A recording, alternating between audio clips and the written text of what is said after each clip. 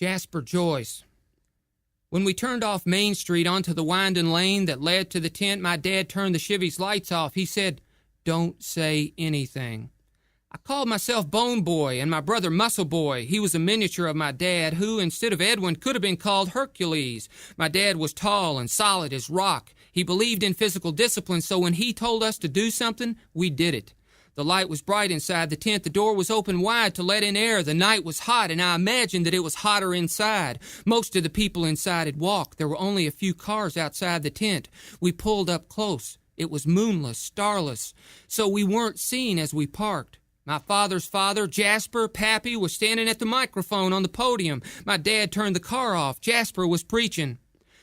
"But he that believeth not shall be damned, and these signs shall follow them that believe. In my name shall they cast out devils. They shall speak with new tongues. They shall take up serpents, and if they drink any deadly thing, it shall not hurt them. They shall lay hands on the sick, and they shall recover."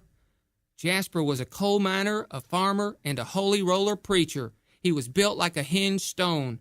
The inner lights, reflecting off the green canvas tent, cast a green glow about him, or was he casting the glow? If not casting, he was certainly digging for something hidden, pausing deep in this green cavern to proclaim, "Was I wrong? Does this path not lead to the light?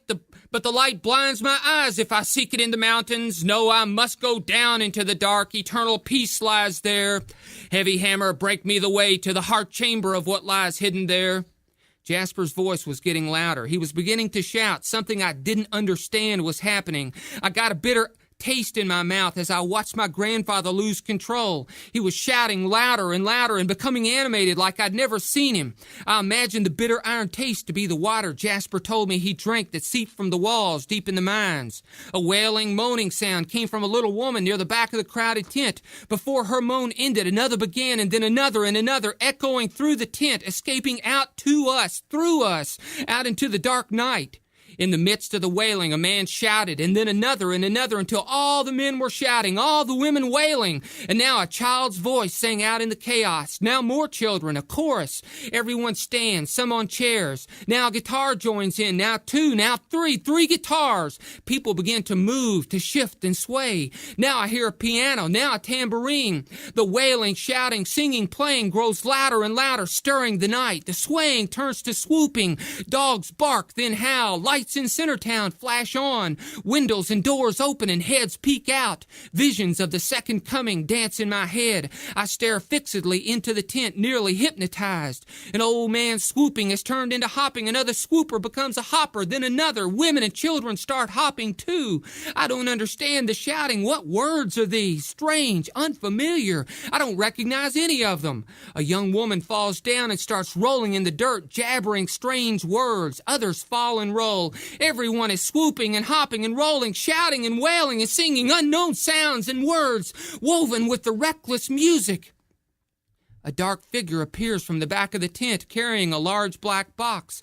The figure approaches Jasper, who is hopping and shouting on the podium. Jasper reaches into the black box and pulls out a rattlesnake. "Oh, Pappy!" and he kisses the snake on its mouth. "Oh, my Pappy!" Swaying and swooping and hopping and rolling and shouting and wailing and singing louder and louder and wilder and wilder. The dark figure weaves the black box to men and women who take snakes, rattlers, copperheads, water moccasins from the box and perform the Jasper snake kiss. I see a man who looks like he swallowed his tongue. He is the tongue swallower. He makes no sound. He is rigid, white as a ghost, foaming at the mouth. My dad starts the car and, without turning on the lights, drives away.